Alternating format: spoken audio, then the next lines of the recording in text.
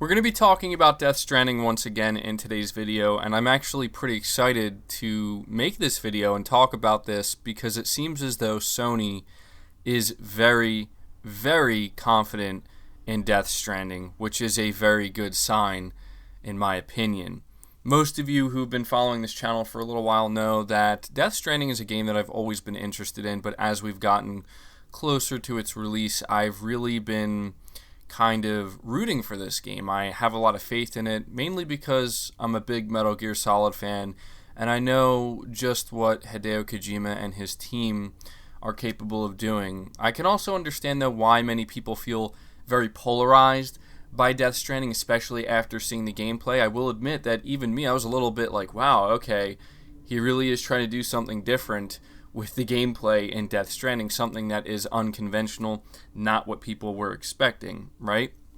But we recently found out that the review embargo for Death Stranding is actually going to be lifted on November 1st, a full week before the game actually launches, and this is a sign that Sony has a ton of confidence that this game is going to review very, very well. I believe, at least the last game I can think of off the top of my head anyway, where Sony did this, because they only do this for their big games. They only do this for the games that they know are going to do well review-wise. I remember they did this for God of War, and I think it really helped God of War's sales, because once people saw just how amazing this game is, seeing how much praise it was getting, it convinced a lot of people to be like, you know what, I gotta get this game. You know, if somebody was expecting it to be like a 7 out of 10 game, 6 out of 10 game, and then they find out it's like getting 10s across the board. Not that I'm saying Death Stranding is going to be on the same level of God of War in that sense, but you never know. I will say this, for me personally, I expect Death Stranding to blow people away. I've been actually paying attention to the individuals, not everybody, who has review codes, because unfortunately I haven't been able to get my hands on a review code. I really wish I would have been able to. I would have loved to have had a review out for you guys and my audience day one when the game launches, but unfortunately it's not meant to be. Not a big deal, doesn't dampen my hype at all. I'm actually excited to be experiencing it with everybody else pretty much at the same time. It also seems that I'm not the only one having trouble getting review codes from Sony, which makes me feel a little bit better. I've seen a lot of other prominent content creators, a lot of content creators who do reviews on their YouTube channels with much, much bigger audiences than me. They've also been having trouble getting review codes from Sony. But what's weird is I've seen people that seem like they don't really have that big of an audience, and yet they're able to get review codes. I think what Sony said is that they only had a limited amount of codes that they were able to distribute, which is a little weird to me, but it doesn't matter. It's neither here nor there. The point is that anybody who does have a review code, anybody who is reviewing this game, they're going to be able to post their thoughts and their reviews on November 1st. And I think what's going to be most interesting with this is when you think about Death Stranding, but more specifically when you look at the way people are talking about this game, it seems like there's really going to be no middle ground. I do not see Death Stranding as the type of game that's going to get like a 7 out of 10 or 6 out of 10 or like a 8.2 out of 10 or something like that. It's either going to be one of these games that's truly going to be considered like this is a masterpiece, because it's just so different and it's doing things in such a unique way. It's just going to blow people away who are playing it for the first time, or it's going to be an absolute disaster. Now, I do not think it's going to be a disaster. What I was trying to say earlier in this video is paying attention to what some individuals have been saying, which I don't think they're supposed to be doing this, but at the same time, I don't think Sony's going to get upset that they're doing this. Some individuals who have, who were lucky enough to play this game early, who are currently like 30, 40 hours deep into it, which clearly is a very long game. That's another reason why I think Sony is putting the codes out there, the review codes out there so early. They've been very positive. Nobody's basically coming out here and giving a direct review of the game, because obviously that would get them in a lot of trouble. But I think I've seen somebody say that after playing like 30 or 40 hours of Death Stranding, it's a game changer, I believe is the way they put it, and it got a lot of upvotes because of that. And this is the kind of stuff that I love to hear. I'm sure a lot of you remember who've been following me since earlier this year. I was really advocating for Days Gone, and I was a little bit surprised at the review scores when it came out. And they're looking at the Metacritic score, it ended up reviewing lower than I had anticipated. And we went over all that. We kind of all, I think, came to the conclusion that some of the critics maybe got it wrong on this one. I mean, I don't want to say wrong because everybody's entitled to their opinion, but there were just some critics out there who you could tell, like, some of the reasonings they're giving as to why they're lowering their scores for this game are just like, are you sure? Like, that doesn't really sound right. And the general consensus from most other people playing the game is that Days Gone is not a masterpiece. It's not the best game ever, but it's definitely not a 6 out of 10. Granted, there are some people who genuinely believe it is, but I digress. I'm trying to get to the point here of saying that the fact that Sony's this confident in this game, I'm gonna give my prediction here. All right, actually, well, I'll do a prediction here, and I'll probably give another one as we get closer to November 1st. But I think Death Stranding is going to land at a 93 on Metacritic.